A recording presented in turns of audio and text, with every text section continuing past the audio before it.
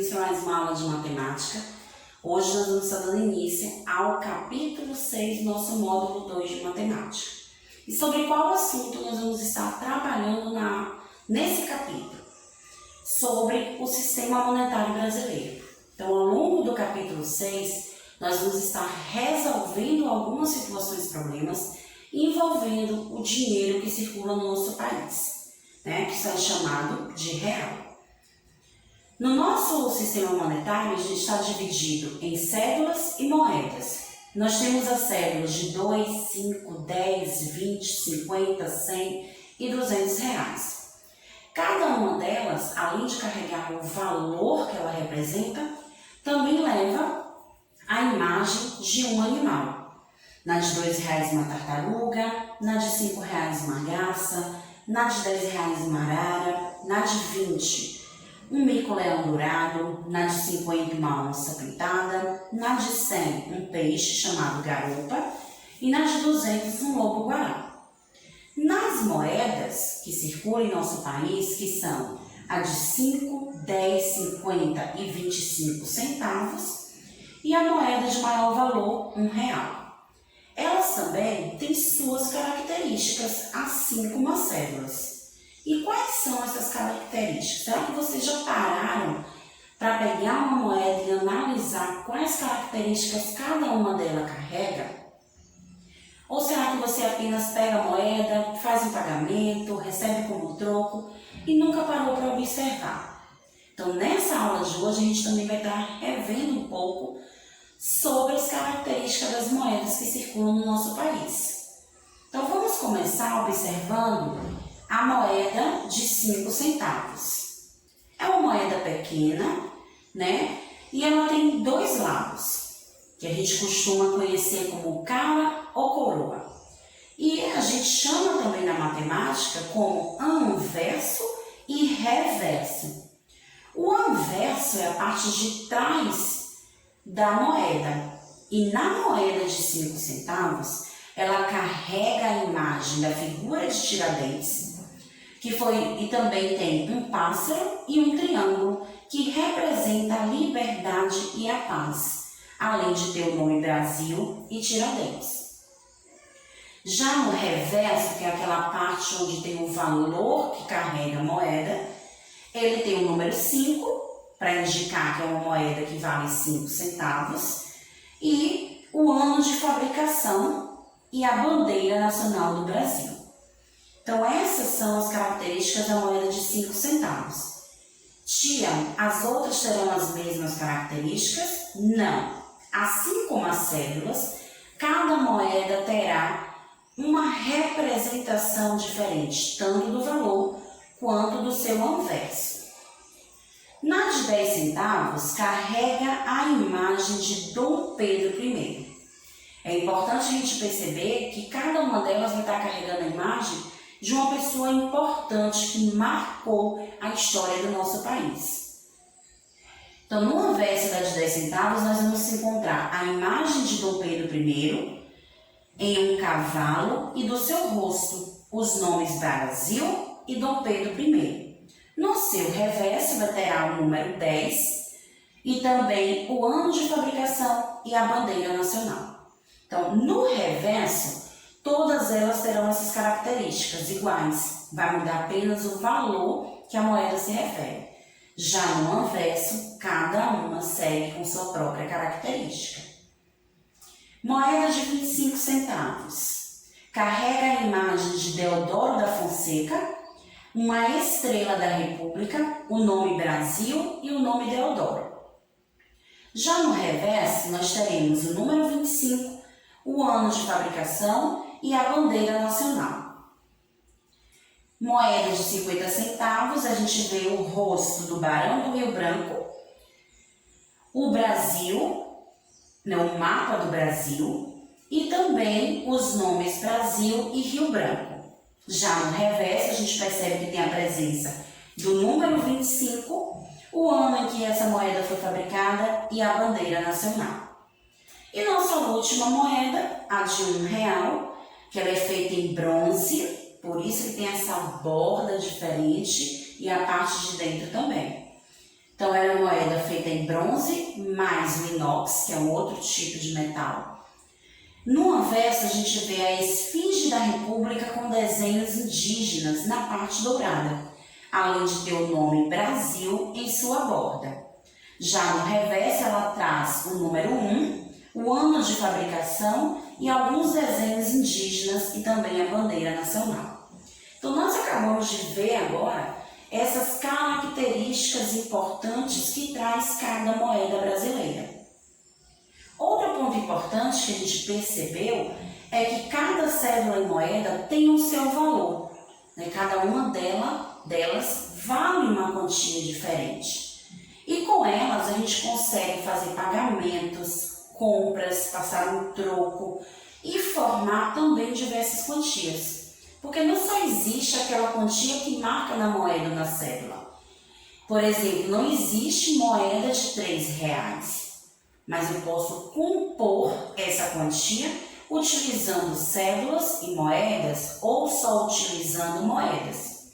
Então, nosso sistema monetário nos dá essa possibilidade de estar formando quantias diferentes utilizando o tipo de dinheiro que eu quero no momento, se é com cédulas ou se é com moedas.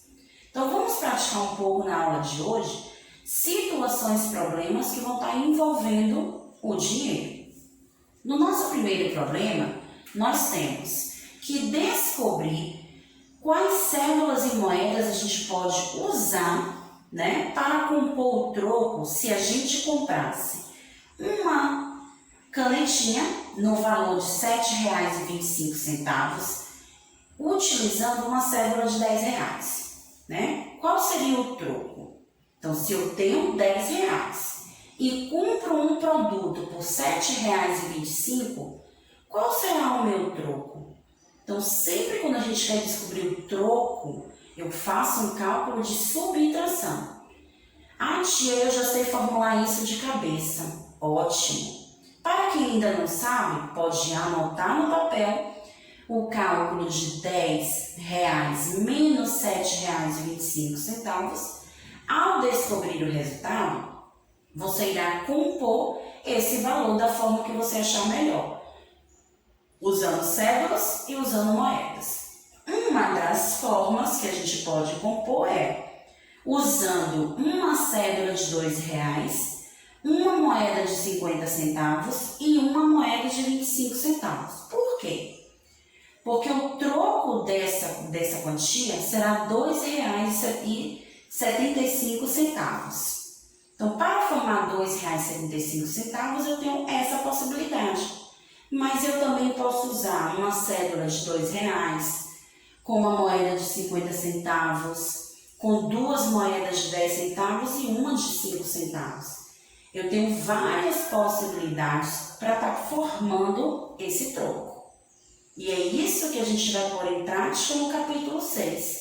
As diversas possibilidades, diversas maneiras para formar valores diferentes. Outro exemplo. Ana comprou 4 calças que custaram R$132 cada uma, ou seja, cada calça foi R$132. Ela pagou usando o valor de R$600. Qual foi o troco de Ana? Então, mais uma vez reforçando, troco a gente descobre fazendo uma subtração. Só que nesse problema, que a gente precisa entender o problema primeiro, descobrir qual é a conta que a gente deve fazer para depois resolver. Eu antes preciso descobrir quanto custaram as 4 calças. Então, para isso, a gente resolve usando uma multiplicação. 4, que é a quantidade de calças, vezes 132, que é o valor de cada calça. Então, a gente descobre que custaram R$528. Aí sim, após resolver a multiplicação, nós vamos realizar a subtração. Pegando a quantia que ela usou para pagar, R$600, menos 528, que foi o valor encontrado pelas 4 calças. Veja que foi necessário fazer a transformação da centena para a dezena para a unidade, pois o zero que está na dezena e na unidade é menor que os números 8 e 2. Então, o zero passou a valer 10 na unidade, o outro zero passou a valer 9 e o 6 passou a valer 5. Então, encontrando o resultado R$ 72. Esse é o troco de Ana. Ela irá receber R$ 72. Outro problema. Júlia comprou um tablet. Ela pagou R$ 1.000 de entrada, ou seja, ela já adiantou esse valor, e dividiu o restante em 3 parcelas iguais de R$ 216. Quanto custou o tablet? Então, qual é a operação que nós vamos resolver para encontrar o valor total do tablet? Nós vamos primeiro descobrir quanto custou essas 3 parcelas. Então, 3, cada uma no valor de 216. Ou seja, nós vamos fazer uma multiplicação. 216 vezes 3, encontrando o resultado 648. Então, as 3 parcelas juntas deu R$ 648. Juntando esse valor com o que ela deu de entrada, a gente descobre que o tablet custou R$ 1.648. Pois entrada significa que a pessoa já adianta uma quantia do valor total que ela deve pagar. Então, esse foi o valor do tablet. R$ 1.648. Nessas situações e problemas, turma, a gente consegue encontrar os resultados utilizando as operações matemáticas que a gente estudou no módulo 1, né? E a gente continuará estudando no módulo 2. A gente aplicou a operação da multiplicação, da adição, da subtração e todos esses valores foram envolvendo o dinheiro, que é o sistema monetário. Vejam também outra dica importante, que para calcular esses valores, não houve necessidade de usar a vírgula e os zeros que estão após a vírgula, pois nessa unidade a gente vai estar falando sobre esses números que envolvem a vírgula. O que esses números representam? Qual é o nome que a gente dá para os números que são escritos utilizando vírgula? Fica a dica para vocês, né? Nos próximos capítulos, a gente estará estudando sobre esse tipo de número. Então, muito cuidado na hora de realizar os cálculos. Leiam com atenção as situações problemas para primeiro entender qual é a operação que você deve aplicar em cada situação. Se é uma adição, se é uma subtração, né? Se é uma divisão, para depois, com calma, realizar todo o cálculo e poder encontrar o resultado correto. Então, a gente se encontra, turma, na nossa próxima aula de matemática. Um abraço grande, tia Rose. Tchau, tchau.